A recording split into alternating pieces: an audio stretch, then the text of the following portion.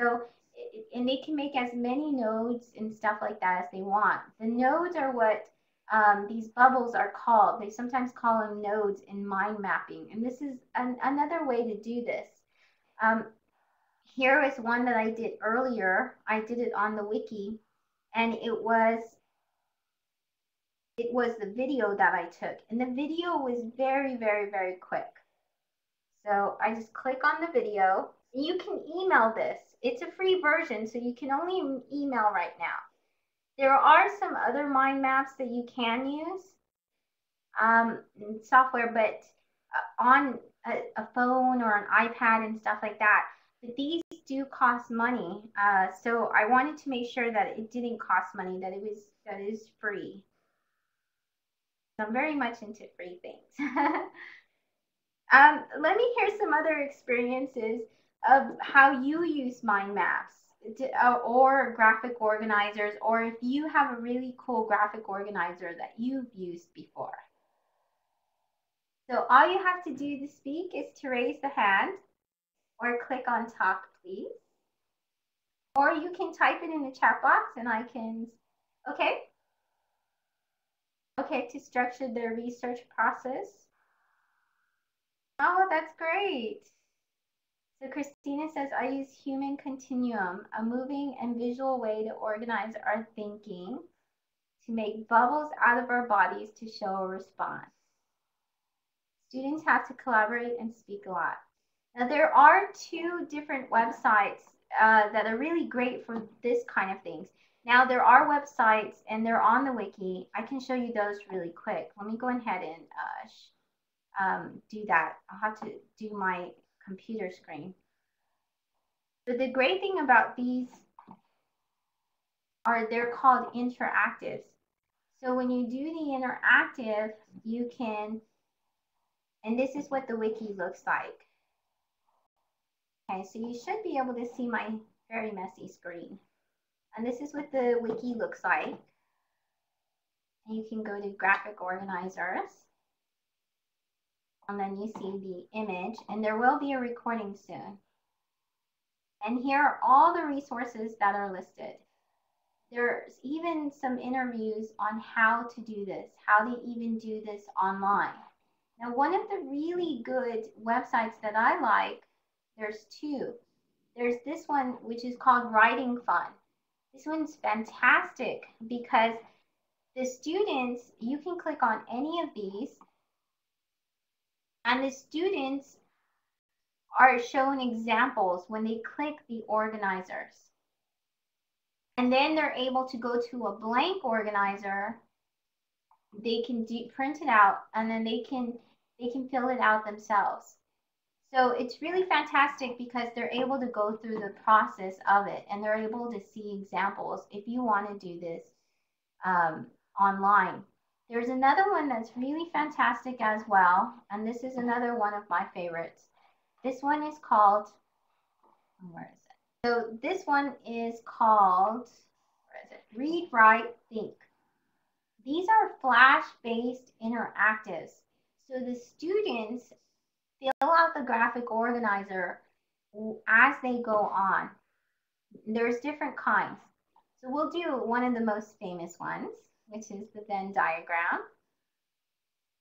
Yeah, it's fantastic. I love this. It's so easy and it's free.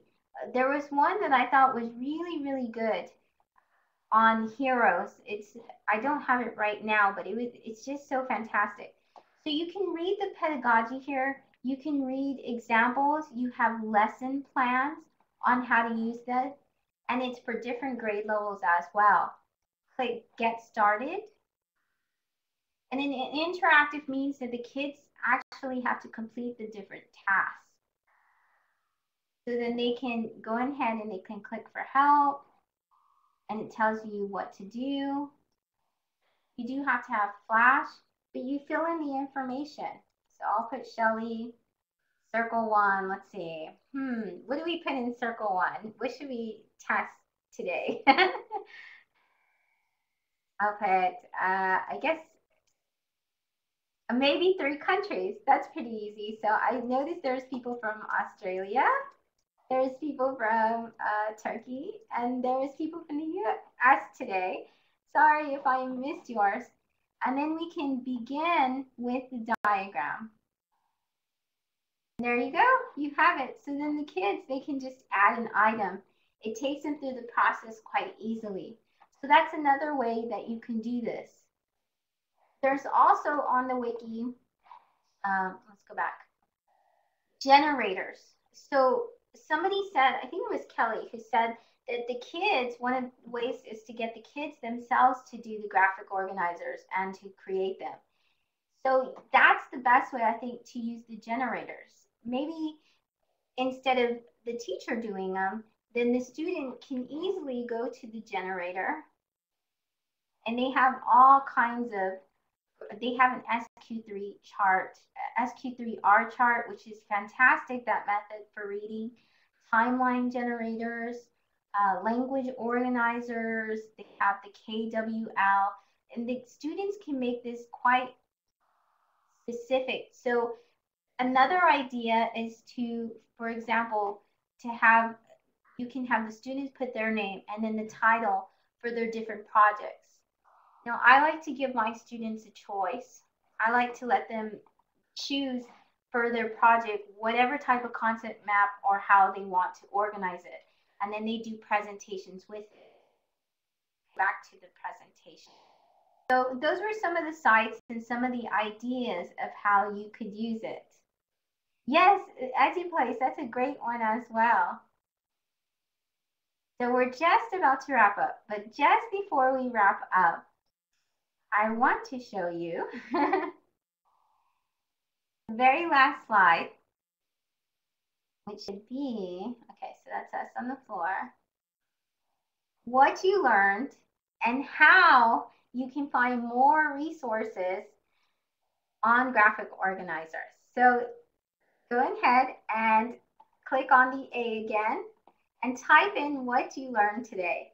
If some of you would like to go ahead and use the microphone and share with us these different ideas that you're writing in the text, that would be fantastic. Okay, so just click the A, the big A, and then you'll be able to write.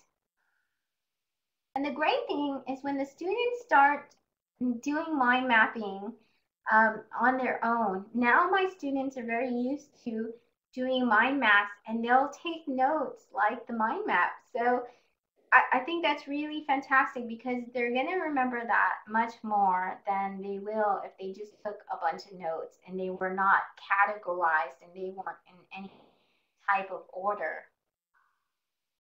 And that's a good important part that Christina's saying. The different mind mapping at the places that are listed in the wiki, it shows you different mind maps and it tells you the purpose behind them and it gives you different ideas. Because for different projects, the mind map isn't going to work. And then for other projects, the mind map will work. Click X. Okay. Okay, so let me go back to that one. You should have your stuff still. Okay, so here we are. We're back to it. And then you can click the A. Okay, so here we go.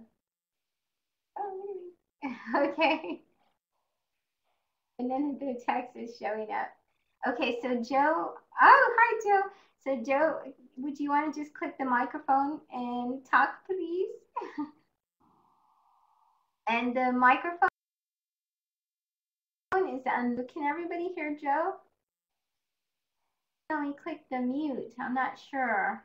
It says that your thing is here, but it doesn't show you talking. I mean, it shows you talking, but I can't hear you on the mic. Okay. So some people learned the 3D model. Okay, fantastic. Can everyone hear me speaking? Can you hear me speaking? Oh, okay. Okay, that's great. Does anyone else want to try the mic? I'm not really sure why that microphone isn't working. Well, thank you for coming today. And if you want to find the resources, they're here at Technology for Kids. Oh, here we go. Yeah, someone was talking. Oh.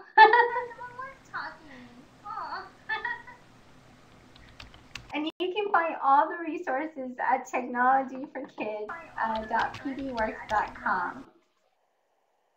And I'll go ahead and copy that address in the wiki. And you can always, in the chat box, and you can always find me on Twitter, of course, at Shelterrell.